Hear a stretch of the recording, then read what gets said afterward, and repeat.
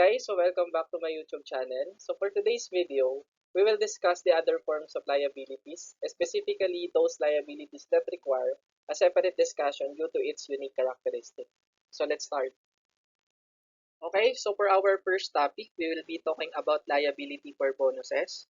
But before we proceed to the actual accounting for liability for bonuses, so let me emphasize that for this specific slide, we will not be talking about bonuses given to partners under partnership. Since based on your basic accounting subject or based on your partnership accounting, bonus given to partners does not require or will not require a recognition of a liability because bonus given to partners is just a way of distributing profit to partners. So as you remember, the journal entry related to the bonus given to partners is number one is the debit ka lang ng income summary account, then credit partners drawings account. Then when time of payment, you just need to debit drawings account partner, then credit cash. So based on the journal entries provided under bonus given to partnership, wala po kayo doon nakikitang liability account. So therefore, we will not talk about bonus given to partnership to partners under partnership accounting. At the same time, we will not talk about bonus given to normal employees. Why? Although it gives rise to a recognition of a liability, madali lang naman kasi ang pag-recognize ng bonus given to normal employees. Because normally, bonus given to normal employees, the basis is just based on their salary. Since alam naman natin, salary is already determined from the start of the time that they will render service to the company, then madali lang siya. So normally if ang binibigay na bonus diyan specific rate, let's say for example 50%, 100%, 200% and so on and so forth. Since the recognition of liability or the accounting for liability to of bonuses to normal employees is just simple, so we will not talk about that. So what we'll be talking about is the last bonus available, which is bonus given to key officers and employees. So as we all know, key officers and employees play a vital role in the success of a management or of an organization. So in order to retain them to the company, so one of the opportunity or one of the benefits provided to them is the bonuses. So in other companies, bonuses given to officers and employees, ang term na ginagamit diyan normally is profit sharing. But since key officers are not considered as owner of the business, they are considered as employees, then that profit sharing scheme is considered as an expense account of the organization. So that's why, and most of the time, the bonus given to key officers are the net income. So if the company performs well, so they will receive a higher income. So as I mentioned earlier, most of the time, they call it as profit sharing. But this profit sharing is considered as an expense account of the organization. That's why it requires a different kind of discussion or a separate discussion on how to account for the bonuses given to key officers. And the basis of the bonus is based on the net income. Okay, so as I mentioned earlier, bonuses given to key officers and employees gives rise to a recognition of liability. At the same time, gives rise to a recognition of an expense account. So since key officers are considered as employees of the business and not owners of the business. So before we proceed to the possible computation or the basis of the computation of bonuses, so I just want you to make a review on how to compute for the net income after tax, or this is located under the lowest part portion of our statement of comprehensive income. So basically, we just need first to determine the net income of the business. And as I mentioned earlier, most of the time, the bonuses provided to our key officers are based on the net income. So it's vital to determine first the net income before we proceed to the computation of the bonus itself. So net income, we will less the bonus that we are going to compute later. Then after nun, makuha po natin yung net income after bonus. However, as I mentioned earlier, bonuses given to key officers are considered at the expense of the company. So ibig sabihin, those bonuses can be used as a tax deductible expense in order to reduce the tax expense of the business. That's why after deducting the bonus from the net income, tsaka pa lang po natin pwedeng i-compute si tax expense in order to compute the net income after tax. So later we will use this formula in order to confirm if the bonuses that we're going to compute will be correct. So these are the four possible options that we have in order to compute for the bonuses to be recorded under expense account of the business. So these are the four possible basis of bonus. So pwede rin daw, number one, bonus is based on net income before bonus and tax. And number two, bonus can also be given based on net income after bonus but before tax. Number three, bonus is based on net income after bonus but before tax. And lastly, the bonus can also be given based on net income after bonus and tax. So let's have an example on the next slide. Okay, so let's have an illustration. So let's say, mayaman company provides bonus to key officers equivalent to 15%. Tax rate applicable is 30%. During the year, the company reported net income of 5 million pesos. So these are the requirements. So number one, the bonus daw is based on net income before bonus and tax. Number two, bonus is based on net income after bonus but before tax. Number three, bonus is based on net income after bonus but before tax. Then the bonus is based on net income after bonus and taxes. So let's proceed first to the first requirement, which is bonus is based on net income before bonus and tax. Okay guys, so let's proceed to exercise number one. So these are the facts. So net income 5 million pesos, bonus rate 15%, tax rate is 30%. So for this kind of transaction, we have to consider two major formulas. So the first formula is the computation of tax and the second one is the computation of bonus. So proceed muna tayo dun sa first formula, which is the computation of tax. So the formula to compute the tax is the tax rate multiplied by the difference between the net income and the bonus. I just want you to note that the computation of tax is always constant. So ibig sabihin, hindi po yan magbabago regardless of the management decision with regards to the computation of bonus. So it's always tax rate multiplied by the difference between the bonus and the net income. So ang nagbabago po is yung formula to compute the bonus. So based on number one, the bonus is based on net income before bonus and taxes. So since the bonus is based on net income before bonus and tax, and the net income is already determined, so simply the formula is bonus equal to 15% times net income, which is 5 million pesos. So to compute for the bonus, simply 15% times net income, and the net income is already determined. So 15% times 5 million. So the bonus is 750,000 pesos. So since na meron na po tayong amount for bonus, then pwede na po natin makompute yung tax. So based on the formula, the formula to compute tax is simply 30% times the difference between net income and the bonus. Then the net income is 5 million and the bonus is 750,000 pesos. Just get the difference of those amount. So the computation is tax is equal to 30% multiplied by the difference between the net income and the bonus. Since the net income is 5 million pesos and the bonus is 750, kuhain po lang natin yung difference sila. So 5 million minus 750,000. So the amount is 4,250,000 pesos. Then multiply by the tax rate of 30%. So the tax amount is 1,275,000 pesos. Since meron na po tayong amount for bonus and tax, then we can already prepare the lowest part of the statement of comprehensive income. So ganito po yung magiging itsura niyan.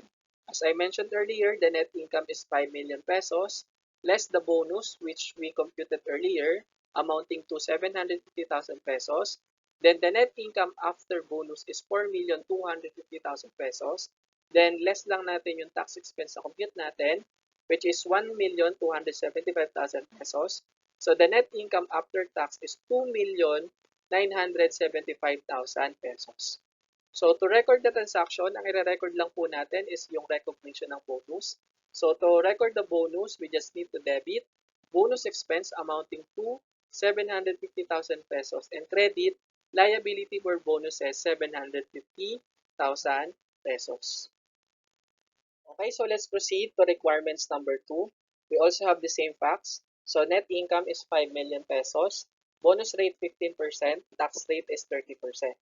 So as I mentioned earlier, the computation of tax is always constant, wherein to compute for the tax, just simply get the tax rate, which is 30%, multiply it by the difference between the net income and the bonus. So ang magbabago lang po, yung requirements number 2 kasi natin, based on the requirements number 2, the bonus is based on net income after bonus but before tax. So to compute for the bonus, the formula is 15%, which is the bonus rate, multiplied by the net income minus the bonus. So this is how to compute for the bonus. If the bonus is based on net income after bonus but before tax. So simply 15% times the difference between the net income and the bonus. So to compute for the bonus based on the guidelines on your mathematics under the rule of PEMDAS. So i-compute muna natin yung loob. Kung hindi na kaya i-compute sa loob, doon na tayo sa labas. So since hindi magkamuka yung 5 million at yung bonus, so lalabas na po tayo. So basically, 15% multiplied by the 5,000 pesos, the result is 750,000 pesos. And multiply 15% times the B, which is the bonus. So the result is negative 0.15B. So what we'll have to do is transpose the 0.15B to the left side. Then the result will be B plus 0.15B is equal to 750,000 pesos. So to compute for the bonus, simply B is equal to 750,000 pesos over the 1.15B, which is computed as B plus 0.15B. So the result should be the bonus is 752,174. So to compute for the tax, so based on our constant formula, which is net tax rate multiplied by the difference between the net income and the bonus. So 30% multiplied by 5 million pesos minus the bonus, which is already computed above, which is 652,174. So the difference is 4,347,826. So the tax expense should be 1,304,348 pesos. So to present that on our statement of comprehensive income, ganito po yung magiging itsura niyan. So the net income before bonus and tax is 5 million pesos. The computed bonus is 652,174, and the net income after bonus is 4,347,826. Then less natin the computed tax expense, which is 1,304,348. So the net income after tax is 3,043,478. So to check if our computation is correct, so we can do the another way of computation. So babalikan natin yung computation natin, yung formula natin ng bonus. So in this case, since the bonus is already determined, so meron na tayong ilalagay dun sa portion ng bonus. So this is our checking. So the formula, as I mentioned earlier, is the bonus rate multiplied by the difference between the net income and the bonus. Since the bonus is already computed, so meron na tayong amount na ilalagay. So 15% multiplied by the difference of 5 million of net income and bonus of 652,174. So since pares na silang whole number, 5 million minus 652,174, the amount is 4,347,826, representing the net income after bonus. So multiply natin yan sa 50%, then the bonus is 652,174, which is also the same to the amount that we computed earlier on the left side. So since we already sure that the amount computed under the left side is the same, is correct, since the amount computed both on the left side on the right side are all the same. So the amount of bonus is 652,174. So to record the transaction, simply debit bonus expense 652,174 and credit liability for bonuses 652,174,000. Okay, so for the third requirement, so we also have the same given. The net income is 5 million pesos, bonus rate 15%, tax rate 30%. As I mentioned earlier, the computation of tax is always constant regardless of the management decision as regards to the computation of the bonus. So to compute for the tax, simply the tax rate multiplied by the difference between the bonus and the net income. So based on third requirement, bonus is based on net income before bonus but after tax. So basically, to translate that into formula, so bonus is equal to 15%, which is the bonus rate multiplied by the net income, by the difference between the net income and the tax rate, which is the 30%. So sa case natin, we need to get the tax before we can get the bonus. So that's why, gagamit na po tayo dyan ng konting math skills, yung ating tinatawag sa algebra na substitution method, if I'm not mistaken. So the computation should look like this. So simply get the formula of bonus, which is 15% multiplied by the difference between the net income and the tax. So as you can see, the tax must be determined first before we get the bonus. So ang gagawin lang po natin by way of substitution, i-combine lang po natin yung dalawang formula na available doon sa left side. So meaning, to combine both formula, so magiging formula natin is 15%, open close parenthesis, net income minus 30%, open parenthesis net income, minus bonus close parenthesis. So based on the rule of PEMDAS, uunahin muna natin yung mga problema within the or sa loob ng parenthesis before dun sa labas.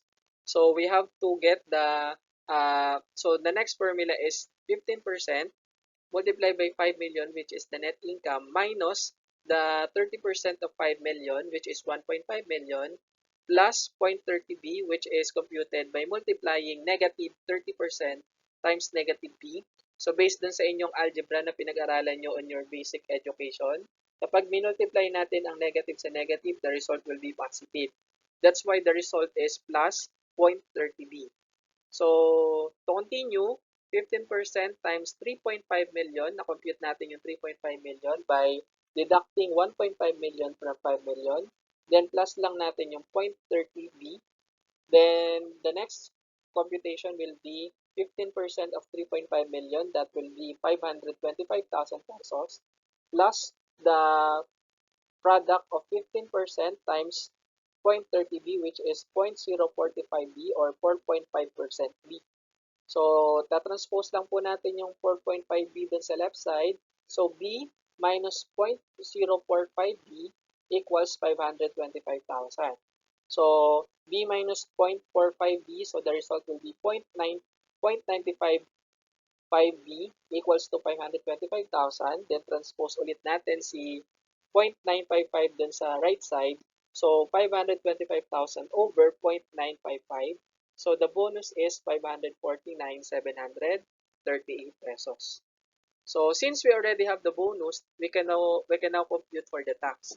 So, balik lang ulit tayo sa constant formula natin ng tax, which is 30% the tax rate multiplied by the difference between the net income and the bonus. So, sa case natin, the net income is 5 million pesos minus the bonus of 549,738. So, the net income after bonus is 4,450,262 pesos multiplied by 30%. So, the tax is 1,335,079 pesos. So, for the presentation of the statement of comprehensive income, ito po yung magiging result. Net income, 5 million pesos less the computed bonus, which is 549,738. So, the net income after bonus is 4,450,262 less tax expense, which na-compute din natin earlier, 1,335,079. Then, the net income after tax is 3,115,183 pesos. So, to check if the bonus is correct, so balik lang tayo dun sa ating original formula, which is bonus is equal to 15% times the difference between the net income and the tax. Since the tax is already known, so let's proceed to the checking.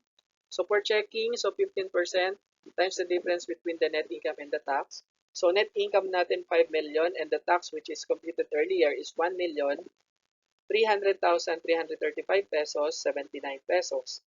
So, the result will be 5 million minus 1,335 pesos is 79 pesos. And the result is 3,364,921 multiplied by the bonus rate, which is 15%. So, the bonus computed based on checking is 549,738, which is also the same na na-compute natin sa left side using the long version. So therefore, we can assure that the computation of bonus is correct.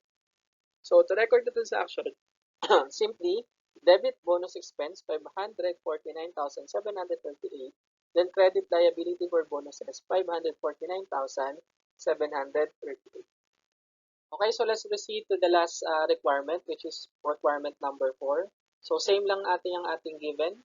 So as I mentioned earlier, the computation of tax is always constant, wherein 30% the tax rate multiplied by the difference between the net income and bonus. So for the bonus is based on net income after bonus and tax. So this should be our formula. 15%, which is the bonus rate, multiplied by the net income after deducting the bonus and the tax. So by way of substitution, this will be our formula. So magkakaroon lang tayo ng expanded version since after bonus na rin ang computation ng bonus. So bonus is 15%, which is the bonus rate, multiplied by the difference of net income minus bonus and taxes. So ilagay lang po natin, sabi nga natin, use the substitution. So combine lang natin yung two formulas. So the new formula will be 15%, open parenthesis, net income minus bonus minus 30% of the difference between the net income and the bonus. So 15%, open parenthesis, 5 million, which is the net income, minus bonus times 30%, times the difference between the net income, which is the 5 million, and the bonus. So ang gagawin lang po natin, pagsasamahin lang po natin yung mga parehas ng values. Sa case natin, magkaparehas ng values yung 5 million and the 30% of 5 million. So 5 million minus 1.5 million, then plus 0.30b. So na-compute po yung 30b, simply 30% times b, and i-minus po natin dyan yung bonus din. So basically, ang magkasama dyan is yung 5 million tsaka yung 1.5. The result will be 3.5 million. At magkasama din po dyan is yung negative bonus or negative b. I-add natin yung positive na 0.30b. Kaya po na-compute yung 0.70b. So the result will be 15% multiplied by the difference between the 3.5 million and the negative 10.5, negative 70b. So, ang gagawin po natin, 525,000, 15% times 3.5 million. Then, 15% times 0.70b. So, the result will be 10.5b or 0.105b. So, ang gagawin natin, dahil negative yan, transpose lang dun sa left side. So, b plus 0.105b is equal to 525,000. Then, gagawin po natin 525,000 over 1.105. So, the bonus is 475,113 pesos. So, since the bonus is already computed, so punta na po tayo dun sa ating tax. So, which is has a constant formula of 30% times the difference between the net income and the bonus. So, the bonus is already computed amounting to 475,113. Ililess lang po yan sa ating net income, which is 5 million. So, the result will be 4,524,887. So, the result, multiply lang natin yun sa 30%. So, the result will be 1,357,466 pesos. So, the statement of comprehensive income, ito po yung magiging itsura niyan. Net income, 5 million, less the computed bonus, which is 475,113. Then, the net income after bonus is 4,524,887.